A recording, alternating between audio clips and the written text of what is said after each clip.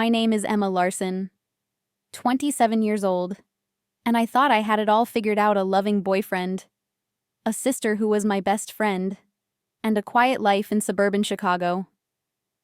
But last summer, on a humid August night, my world crumbled when I walked into my sister's apartment and found my boyfriend of 4 years, Ryan, in her bed. The betrayal wasn't just a wound, it was a wrecking ball, smashing everything I believed about love, family, and trust.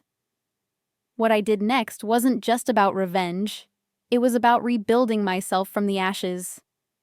If you've ever been betrayed by the ones you loved most, hit that like button or drop a comment to let me know I'm not alone. And hey, before we dive in, tell me what time it is, where you are, and where you're watching from. Let's connect. Let's rewind to where it all began. I grew up in Naperville, Illinois, a picturesque suburb with tree-lined streets and cul-de-sacs that felt like they were plucked from a postcard. My parents, Karen and Tom, were high school sweethearts who settled into a middle-class life. Dad worked as a real estate agent. Mom was a librarian. They weren't perfect, but they gave me and my younger sister, Chloe, a childhood filled with backyard barbecues, bike rides to the local park, and holiday traditions like decorating the Christmas tree with mismatched ornaments. Chloe, 4 years younger, was my shadow. She'd follow me everywhere, her pigtails bouncing, begging to play hide-and-seek or borrow my crayons. I'd roll my eyes but secretly loved being her hero. We'd spend hours in our shared bedroom, whispering secrets under the covers, promising we'd always have each other's backs. But even then, there were cracks. Mom and Dad doted on Chloe. She was the baby, the free spirit with a contagious laugh. I was the responsible one, expected to set an example. When I was 12, I started babysitting Chloe after school while Mom worked late. By 16, I was working part-time at a frozen yogurt shop to save for college.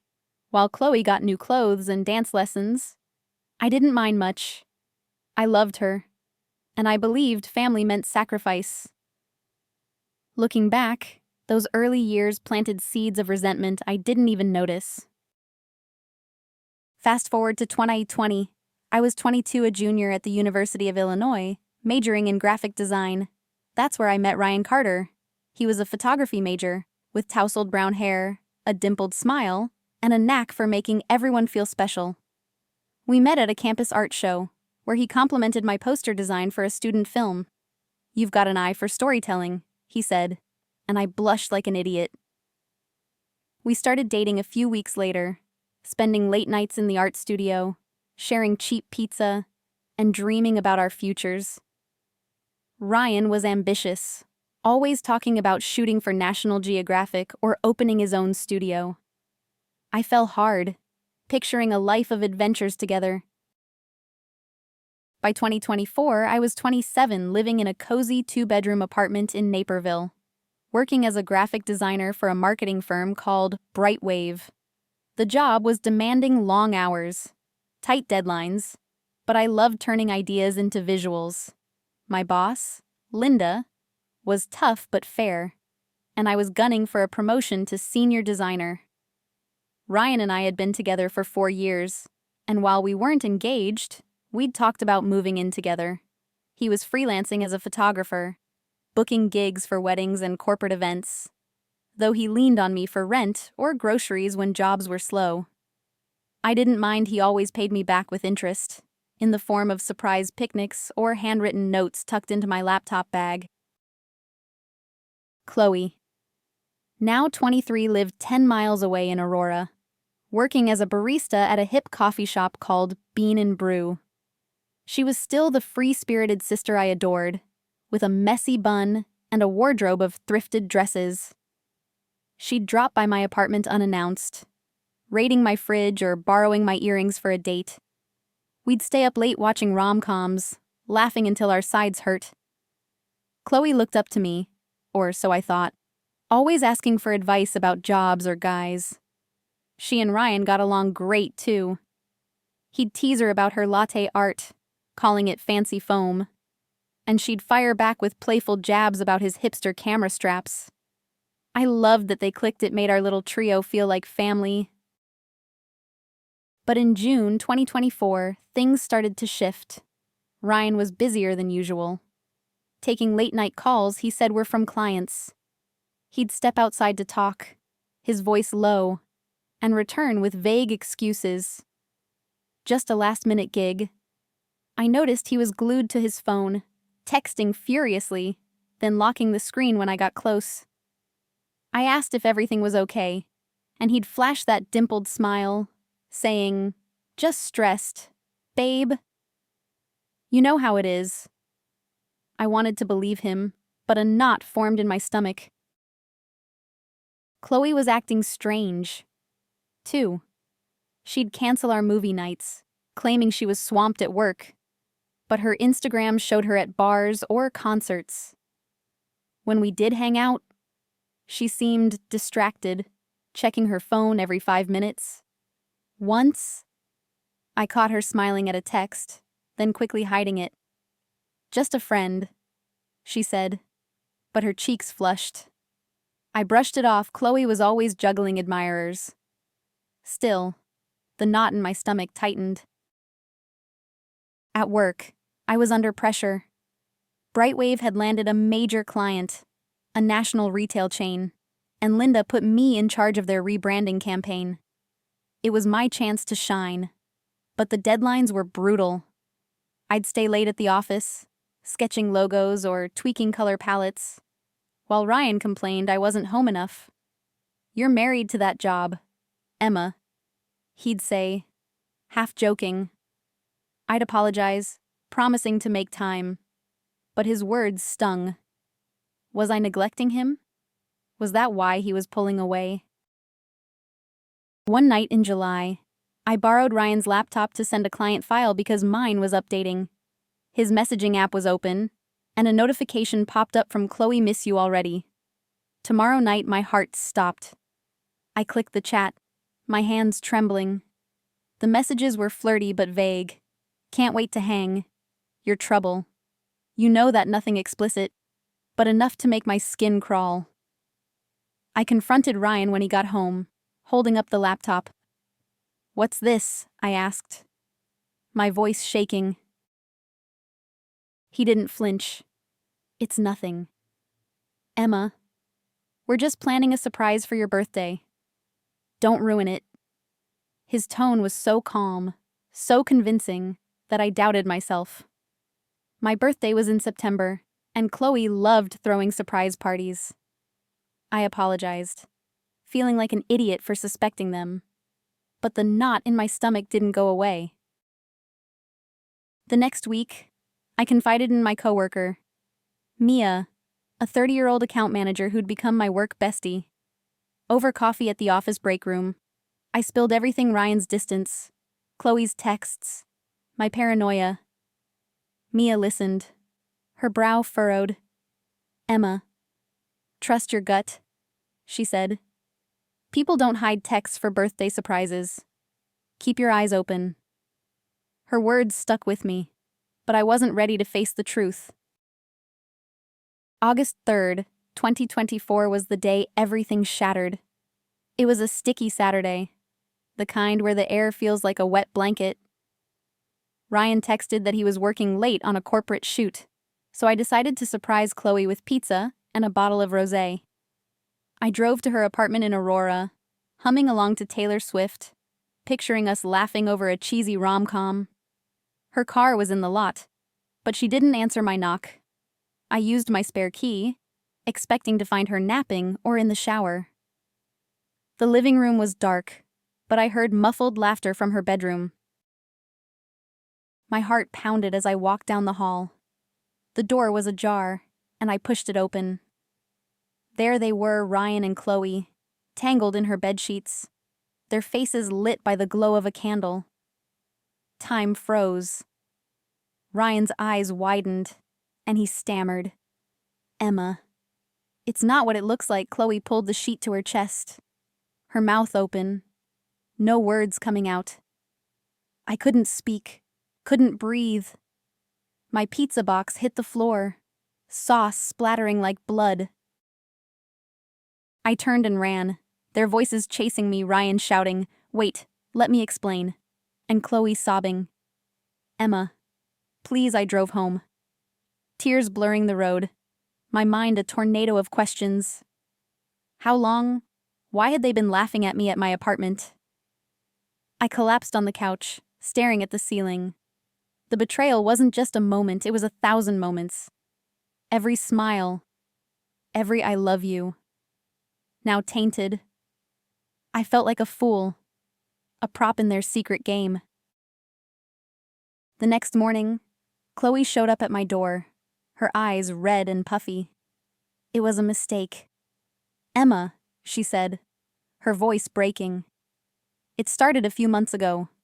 I didn't mean for it to happen. A few months." Each word was a fresh stab. "How could you?" I whispered. She reached for my hand, but I pulled away. "I'm so sorry," she kept saying, but sorry couldn't undo the image burned into my brain.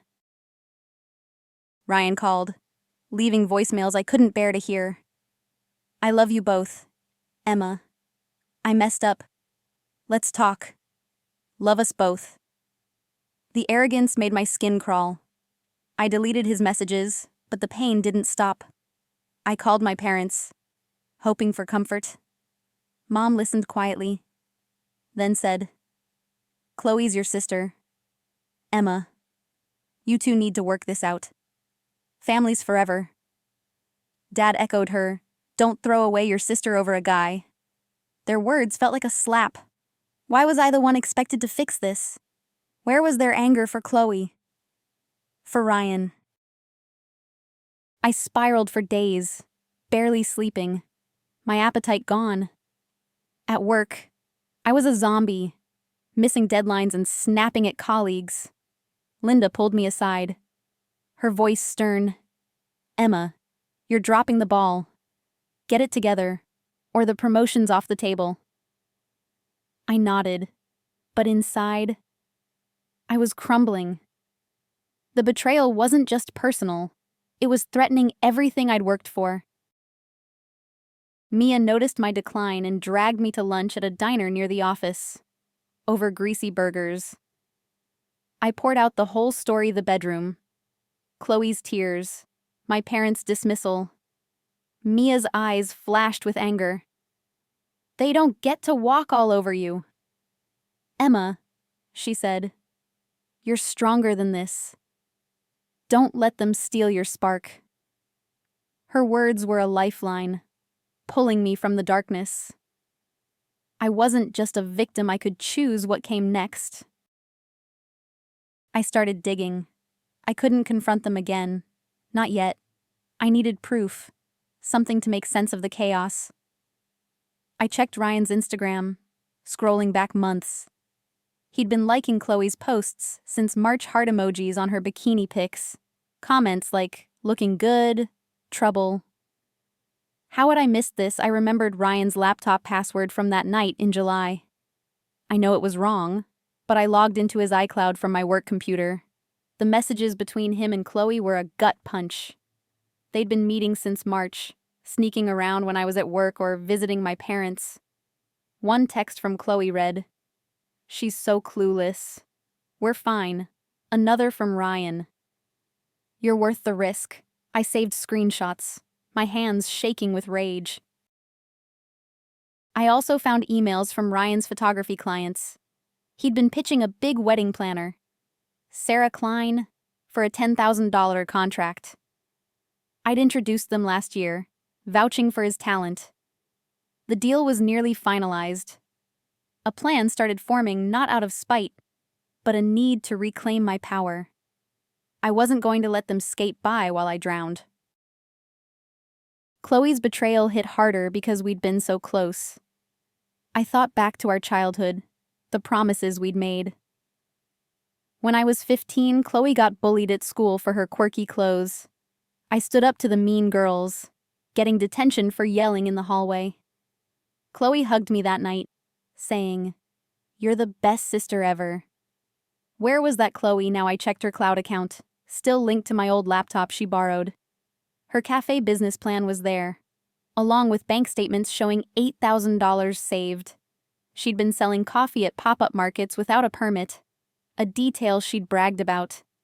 I filed that away, my mind racing. I confided in a new ally, my therapist, Dr. Rachel Stein. I started sessions in September, desperate to untangle my emotions. Rachel was warm but direct, with a knack for asking questions that cut deep. "Why do you feel responsible for their choices?" she asked. I didn't have an answer.